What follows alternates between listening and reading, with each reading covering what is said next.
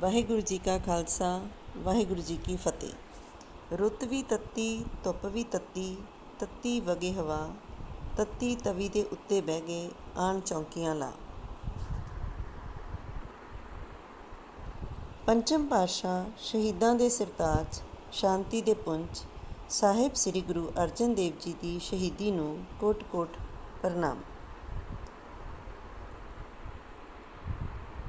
ਪੰਜਵੇਂ ਪਾਤਸ਼ਾਹ ਗੁਰੂ ਅਰਜਨ ਦੇਵ ਜੀ ਨੇ ਬੜੇ ਭਿਆਨਕ ਅਤੇ ਦਿਲ ਕੰਬਾਊ ਤਸੀਹੇ ਸਹਿੰਦਿਆਂ ਹੋਇਆਂ ਸ਼ਹਾਦਤ ਪ੍ਰਾਪਤ ਕਰਕੇ ਸਿੱਖ ਇਤਿਹਾਸ ਵਿੱਚ ਸ਼ਹੀਦੀ ਪਰੰਪਰਾ ਦਾ ਮੁੱਢ ਬੱਧਾ ਅਤੇ ਆਪ ਨੂੰ ਸ਼ਹੀਦਾਂ ਦੇ ਸਿਰਤਾਜ ਅਖਵਾਉਣ ਦਾ ਮਾਣ ਪ੍ਰਾਪਤ ਹੋਇਆ।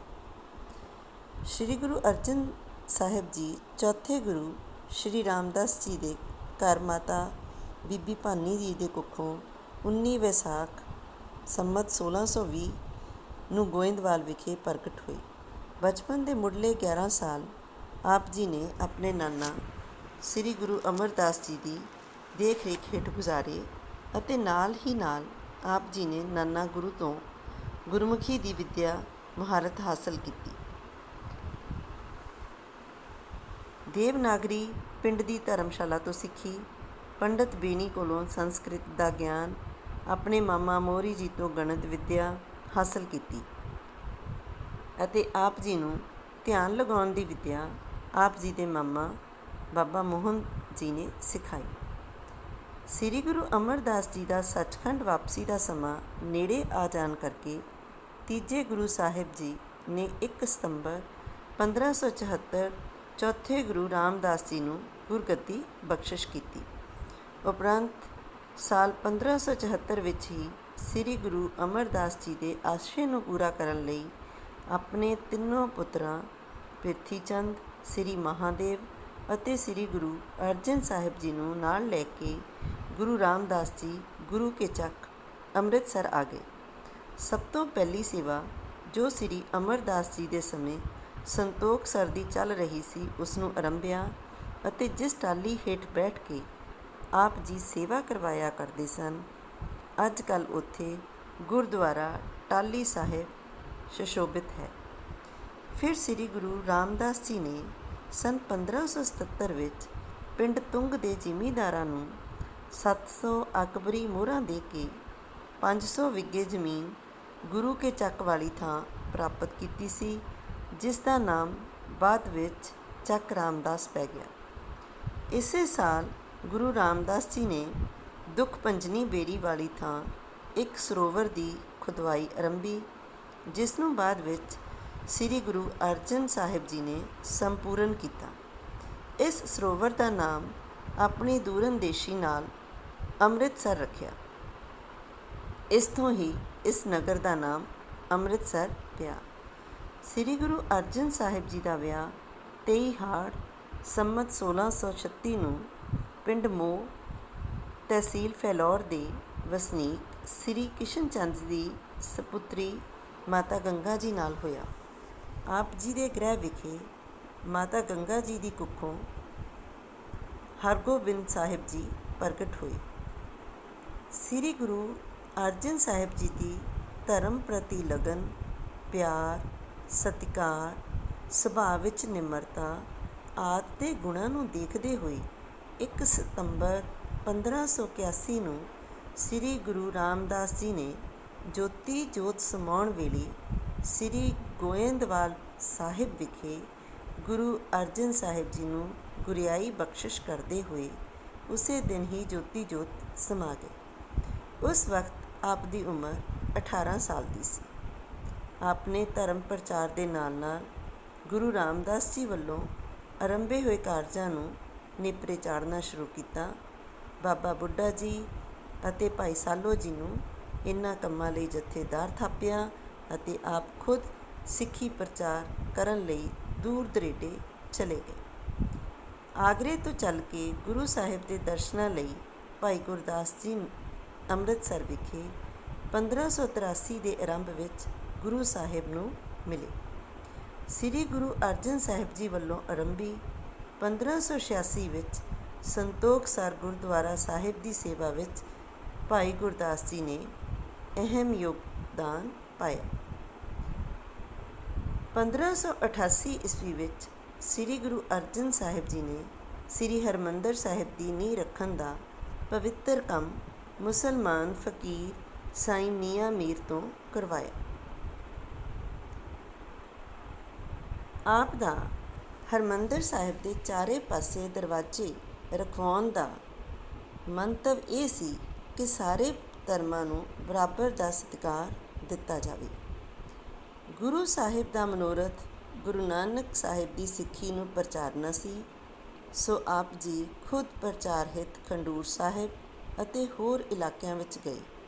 ਤਰਨ ਤਾਰਨ ਸਾਹਿਬ ਵਿਖੇ ਹਾਕਮ ਨੂਰਦੀਨ ਅਤੇ ਉਸਦੇ ਪੁੱਤਰ ਅਮੀਰਦੀਨ ਅਤੇ ਸਖੀ ਸਰਵਰਾਂ ਦੇ ਵੱਧ ਰਹੇ ਮੁਸਲਮਾਨੀ ਪ੍ਰਭਾਵ ਨੂੰ ਰੋਕਣ ਲਈ ਗੁਰੂ ਸਾਹਿਬ ਜੀ ਨੇ 15 ਅਪ੍ਰੈਲ 1590 ਈਸਵੀ ਨੂੰ ਬਾਬਾ ਬੁੱਢਾ ਜੀ ਪਾਸੋਂ ਅਰਦਾਸਾ ਸੋਧਨ ਉਪਰੰਤ ਤਰਨ ਤਾਰਨ ਸਰੋਵਰ ਦੀ ਨੀਂਹ ਰੱਖੀ।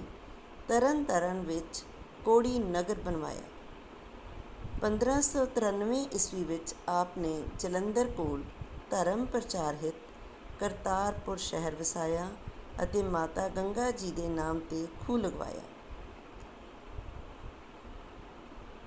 ਇਨ੍ਹਾਂ ਹੀ ਸਾਲਾਂ ਵਿੱਚ ਸੋਕਾ ਪੈ ਜਾਣ ਕਾਰਨ ਜਨਤਾ ਦੀ ਲੋੜ ਨੂੰ ਮੁੱਖ ਰੱਖ ਕੇ ਆਪ ਜੀ ਨੇ 2 ਹਾਟੇ 4 ਹਾਟੇ ਖੂਹ ਲਗਵਾਏ। ਗੁਰੂ ਕੀ ਵਡਾਲੀ ਦੇ ਪੱਛਮ ਵੱਲ 6 ਹਾਟਾ ਖੂਹ ਲਗਵਾਇਆ।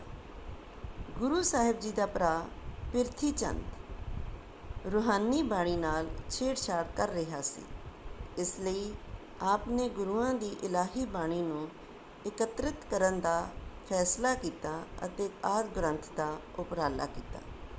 ਆਪ ਜੀ ਨੇ ਸੰਨ 1601 ਤੋਂ ਲੈ ਕੇ ਅਗਸਤ 1604 ਦੇ ਲੰਮੇ ਅਰਸੇ ਦੌਰਾਨ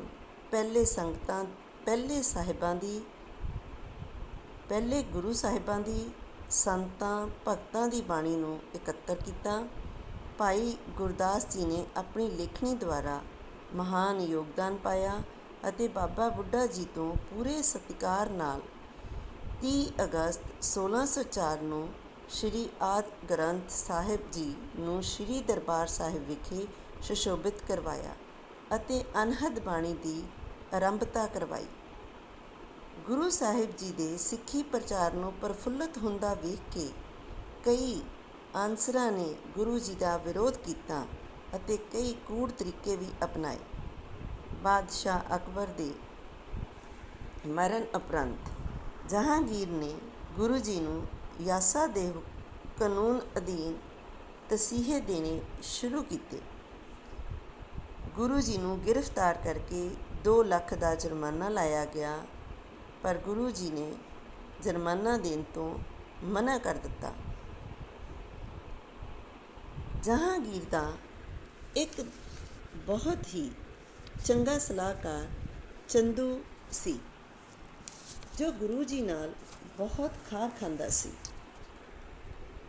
ਉਹ ਆਪਣੀ ਲੜਕੀ ਦੀ ਸ਼ਾਦੀ ਗੁਰੂ ਜੀ ਦੇ ਬੇਟੇ ਨਾਲ ਕਰਨੀ ਚਾਹੁੰਦਾ ਸੀ, ਪਰ ਗੁਰੂ ਜੀ ਨੇ ਸਾਫ਼ ਇਨਕਾਰ ਕਰ ਦਿੱਤਾ।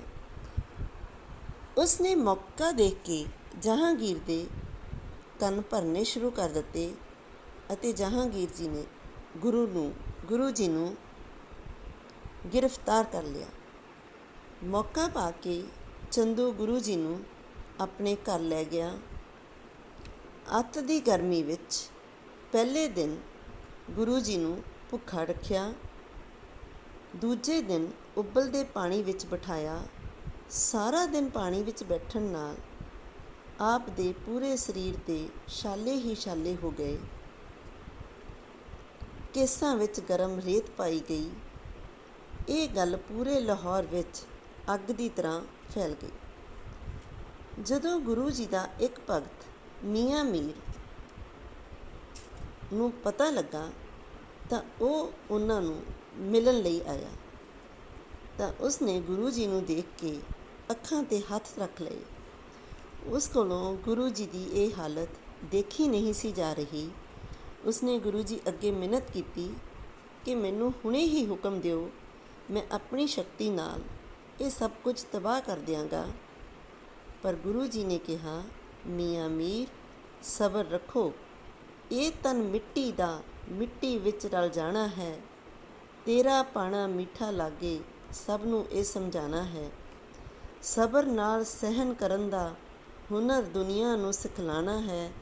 ਤਾਂ ਹੀ ਮੀਆਂ ਮੀਰ ਅਸਾਂ ਕੌਤਕ ਨਹੀਂ ਵਿਖਾਣਾ ਹੈ।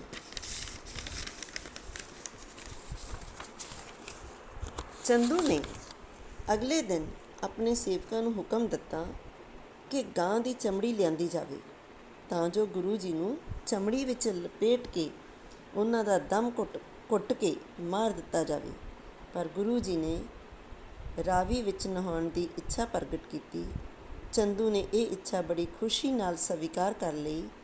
ਉਸਨੇ ਸੋਚਿਆ ਕਿ ਨਦੀ ਵਿੱਚ ਨਹਾਉਣ ਨਾਲ ਗੁਰੂ ਜੀ ਦੇ ਛਾਲਿਆਂ ਭਰੇ ਸਰੀਰ ਨੂੰ ਹੋਰ ਵੀ ਦੁੱਖ ਹੋਵੇਗਾ।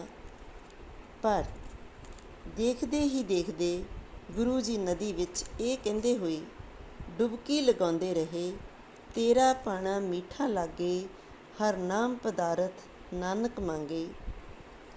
ਉਹਨਾਂ ਦੀਆਂ ਇਨ੍ਹਾਂ ਸਤਰਾਂ ਤੋਂ ਭਾਵ ਹੈ ਕਿ ਜੋ ਪਰਮਾਤਮਾ ਕਰਦਾ ਹੈ ਉਹ ਸਹੀ ਹੈ, ਤੇ ਹੇ ਪਰਮਾਤਮਾ ਮੈਨੂੰ ਆਪਣੇ ਨਾਮ ਦਾ ਖਜ਼ਾਨਾ ਬਖਸ਼। ਉਹ ਦੇਖਦੇ ਹੀ ਦੇਖਦੇ ਨਦੀ ਵਿੱਚ ਅਲੋਪ ਹੋ ਗਏ। ਉਹਨਾਂ ਦੀ ਸ਼ਹਾਦਤ ਨੇ ਸਾਨੂੰ ਇਹ ਸਿਖਾਇਆ ਹੈ ਕਿ ਸਾਨੂੰ ਸੱਚ ਦੀ ਖਾਤਰ ਕੁਰਬਾਨ ਤੇ ਪਰਮਾਤਮਾ ਦਾ ਹੁਕਮ ਸਵੀਕਾਰ ਕਰਨਾ ਚਾਹੀਦਾ ਹੈ। ਵਾਹਿਗੁਰੂ ਜੀ ਕਾ ਖਾਲਸਾ, ਵਾਹਿਗੁਰੂ ਜੀ ਕੀ ਫਤਿਹ। ਬੱਚਿਓ, ਮੈਂ ਤੁਹਾਨੂੰ ਪਿੱਛੇ ਦੱਸਿਆ ਸੀ ਕਿ ਜਹਾਂਗੀਰ ਨੇ ਯਾਸਾ ਦਾ ਕਾਨੂੰਨ ਉਹਨਾਂ 'ਤੇ ਅਪਣਾਇਆ। ਇਹ ਕਾਨੂੰਨ ਇਸ ਪ੍ਰਕਾਰ ਤਸੀਹੇ ਦੇਣੇ ਕਿ ਖੂਨ ਦਾ ਇੱਕ ਵੀ ਕਤਰਾ ਜ਼ਮੀਨ ਉੱਤੇ ਨਾ ਡੁੱਲੇ, ਤਾਂ ਜੋ ਉਸ ਖੂਨ ਵਿੱਚੋਂ ਕੋਈ ਹੋਰ ਯੋਧਾ ਜਨਮ ਨਾ ਲੈ ਸਕੇ। ਵਾਹਿਗੁਰੂ ਜੀ ਕਾ ਖਾਲਸਾ, ਵਾਹਿਗੁਰੂ ਜੀ ਕੀ ਫਤਿਹ।